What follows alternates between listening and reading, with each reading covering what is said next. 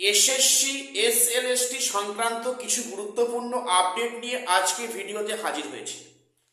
দেখো, গতকাল মহামান্য কলকাতা হাইকোর্ট থেকে যে নির্দেশ এলো, ওএমআর শিট প্রকাশ করতে হবে বা ওএমআর কপি পাবলিক ডোমেইনে আনতে হবে। এখন এবারে কমিশন কি বাধ্য হয়ে ওএমআর প্রকাশ করবে, কি মনে হচ্ছে?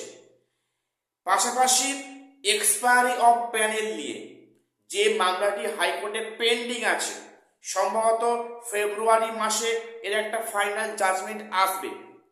তো সেখানে এক্সপায়ারি অফ প্যানেল নিয়ে কি কি সমস্যার মুখে পড়তে হবে আমাদের ক্যান্ডিডেটদের প্লাস এসএসসিকে, আমি সে নিয়ে আজকে আলোচনায় আসছি। এবং সুপ্রিম কোর্টে রিসেন্টলি যে সংরক্ষণ সংক্রান্ত রিজার্ভেশন সংক্রান্ত যে একটা আপডেট, একটা ভার্ডিক্ট এসেছে, তার কোনো প্রভাব বা এফেক্ট কি এই এসএলএসটি পরীক্ষায় পড়বে, কি মনে হচ্ছে? তো আসছি এসব নিয়ে বিস্তারিত আলোচনায়। প্রত্যেকে ভিডিওটা স্কিপ না করে শেষ অবধি দেখো এবং প্রত্যেকের চ্যানেলটা সাবস্ক্রাইব করে দেখো এমন গুরুত্বপূর্ণ আপডেট সবার আগে পাওয়ার জন্য। প্রথম বলি যে গতকাল মহামান্য কলকাতা হাইকোর্ট থেকে বিচারপতি অমৃতা সিনহা ম্যাম যে নির্দেশ দিয়েছেন, পরিষ্কার নির্দেশ, ওএমআর কপি পাবলিক ডোমেনে আনতে হবে। এবং সেখানে খুবই অবাক করার বিষয়, মানে কিছু যোগ্য শিক্ষক, সবাই কিন্তু নন, কিছু যোগ্য শিক্ষক সেখানে পরিষ্কার, মানে তাদের নিজস্ব আইনজীবী দিয়ে কোর্টে দাবি করেন যে তাদের ওএমআর শিট প্রকাশ করা মানে মানে ব্যক্তিগত সম্পত্তিতে, মানে অর্থাৎ পার্সোনাল প্রপার্টি। তাদের বক্তব্য ওএমআর কপি হচ্ছে পার্সোনাল প্রপার্টি, এটা কেন জনসমক্ষে আসবে? এই মর্মে কিছু, সবাই নয়, কিছু যোগ্য শিক্ষকরা যারা এতদিন ধরে গলা ফাটিয়ে এসছেন যে 2016 ক্ষেত্রে ওএমআর পাবলিশ হোক, এখন তারাই 2025 বলছে ওএমআরটা হচ্ছে পার্সোনাল একটা মানে বিষয়, সেটা কেন পাবলিক ডোমেইনে আসবে? সত্যি মানে কি বিচিত্র দেশ ভারতবর্ষ। তো যাই হোক, এখানে এটা প্রত্যেকে খুব অবাক হয়েছে যে বিষয়টা কি হলো।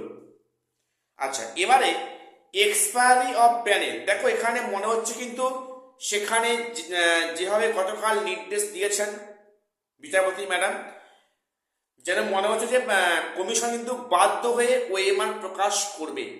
যেখানে সুপ্রিম কোর্টের অর্ডার আছে, হাইকোর্টের আছে, মনে হয় কমিশন এবারে কিন্তু লজ্জার মাথা খেয়ে ওএমআর পাবলিশ করলেও করতে পারে, সম্ভাবনা আছে। তবে কিন্তু না করে কোনো উপায় এই মুহূর্তে দেখছি না, ওএমআর পাবলিশ করতেই হবে। বেশ, এবারে এক্সপায়ারি অফ প্যানেল, দেখো এক্সপায়ারি অফ প্যানেল নিয়ে গত কয়েকদিন আগে একটা শুনানি হয়েছে, মানে সে অর্থে শুনানি সে অর্থে হয়নি অবশ্য, সেখানে পরবর্তী ডেট কিন্তু করেছে ফেব্রুয়ারি মাসে। অর্থাৎ ফেব্রুয়ারি মাসে বিচারপতি অমৃতা সিনহা ম্যাম যা ইঙ্গিত দিয়েছেন, ফেব্রুয়ারি মাসে একটা ফাইনাল জাজমেন্ট এলেও আসতে পারে, সম্ভাবনা আছে। সম্ভবত এক্সপায়ারি অফ প্যানেল নিয়ে আজকের একটা মামলা হাইকোর্টে লিস্টেড আছে, মনে হয় না আজকে কোনো ভার্ডিক্ট, কোনো জাজমেন্ট আসবে। সম্ভবত ফেব্রুয়ারি মাসের দিকে এর ফাইনাল জাজমেন্ট এলেও আসতে পারে।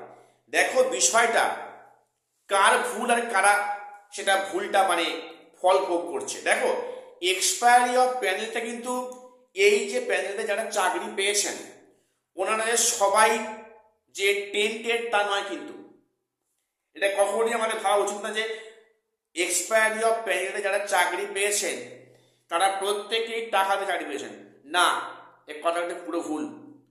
আমার জানাশোনা অনেকেই চাকরি করেছেন বা করছেন, তারা কিন্তু মানে যোগ্য শিক্ষক। কাজে এখানে সবাই যে সেখানে সেখানে সবাই যে টেন্টেড, কথাটা ভুল কিন্তু। আচ্ছা, এক্সপায়ারি অফ প্যানেলে ভুলটা কার? ভুলটা তো কমিশনের ভুল। 1 বছর মেয়াদ মানে পূর্ণ হওয়ার পরেও সেখানে কমিশন কি করে সেখানে গায়ের জোরে নিয়োগ করে, সেখানে যারা নিয়োগ করেছে, সেখানে যারা নিয়োগ যারা হয়েছে তারা সবাই কি তারা টাকা দিয়ে চাকরি পেয়েছেন? না, হয়তো একটা অংশ টাকা দিয়ে চাকরি পেয়েছে ঠিক, কিন্তু সবাই টাকা দিয়ে চাকরি পেয়েছে, এটা কিন্তু ভুল কথা।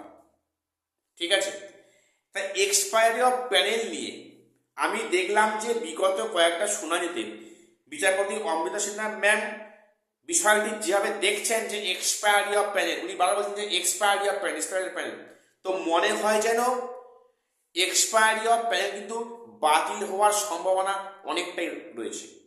দেখো সেটা যদি হয় কিন্তু কিছু শ্রেণীর কিন্তু শিক্ষকরা নতুন করে সমস্যায় পড়বেন।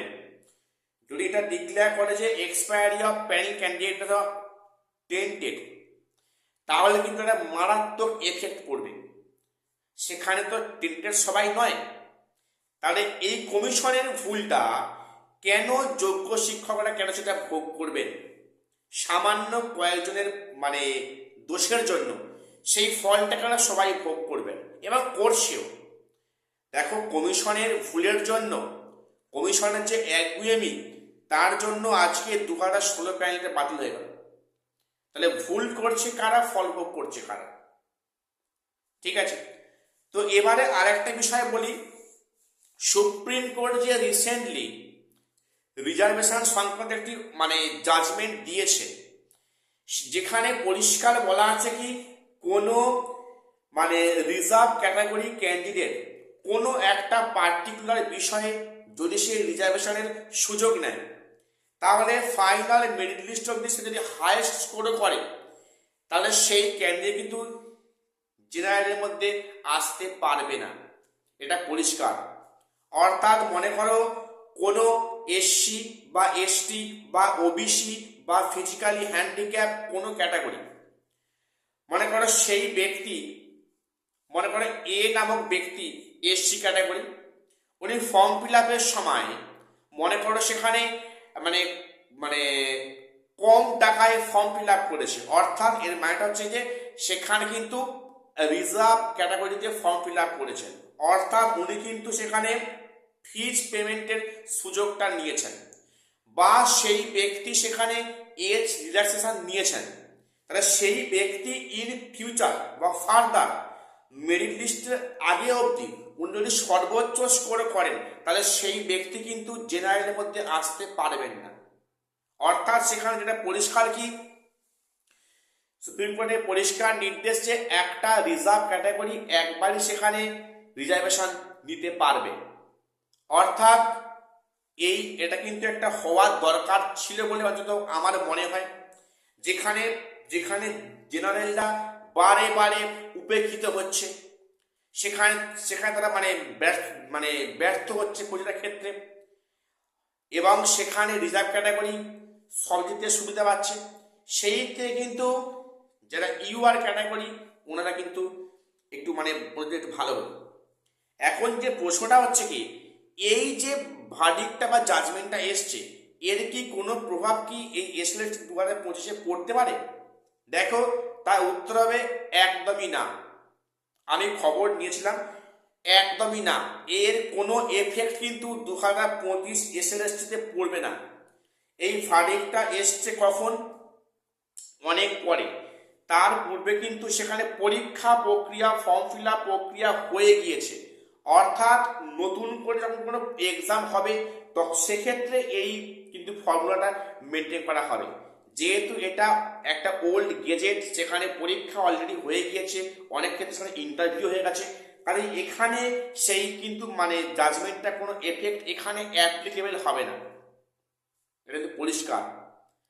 ঠিক আছে, তো যাই হোক আজকে এটুকুই আপডেট দেওয়ার ছিল। প্রত্যেককে চ্যানেলটা সাবস্ক্রাইব করে রাখবে এবং গুরুত্বপূর্ণ আপডেট সবার আগে পাওয়ার জন্য। আর আজকের এক্সপায়ারি অফ প্যানেল নিয়ে যদি কোনো থাকে আপডেট নিয়ে অবশ্যই আমাদের ভিডিওতে জানানোর চেষ্টা করব। আর শেষ করছি, দেখা হচ্ছে পরে কোনো আপডেট নিয়ে।